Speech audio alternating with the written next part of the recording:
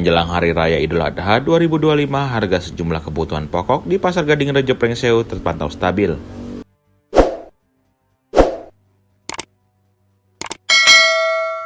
Harga cabai rawit dan cabai merah masih bertahan di angka Rp35.000 per kilogram, sama seperti pekan sebelumnya. Sementara itu, harga bawang putih justru mengalami penurunan menjadi Rp32.000, bawang merah Rp35.000 per kilogram. Marsi, salah satu pedagang sayur di Pasar Gading Rejo menyebut pasokan dari distributor tetap lancar dan stok barang aman. Permintaan dari pembeli pun masih stabil. Namun, tidak semua harga komoditas bisa ditekan. Harga buncis naik Rp12.000 menjadi Rp15.000 per kilogram. Diduga karena meningkatnya permintaan jelang Hari Raya dan pasokan dari petani yang terbatas.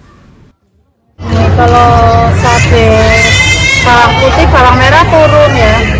Berapa, Bu? 32, cabai bawang putih, bawang merah 30. Kalau cabai merah 35, cabai rawit 35. Itu nggak ada harganya turunnya, nggak naik, nggak signifikan, nggak Segitu drastis aja, gitu. tapi itu segitu aja.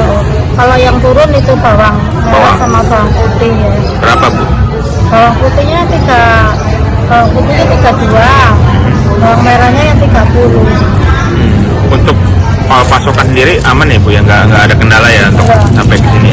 Ya. Untuk pembeli, Bu, ada masih emang menjelang ini emang stabil kah atau memang ada penurunan, Bu? Stabil aja. Kalau untuk jenis sayuran lain yang ada kenaikan harga apa aja, Bu? Buncis. Berapa, Bu? Terus sekarang 15.000. Dari? Ketengan. Dari pasokan 12.000. Ketengan 15.000. Dari Kabupaten Pringsewu, Okin Rajaya melaporkan.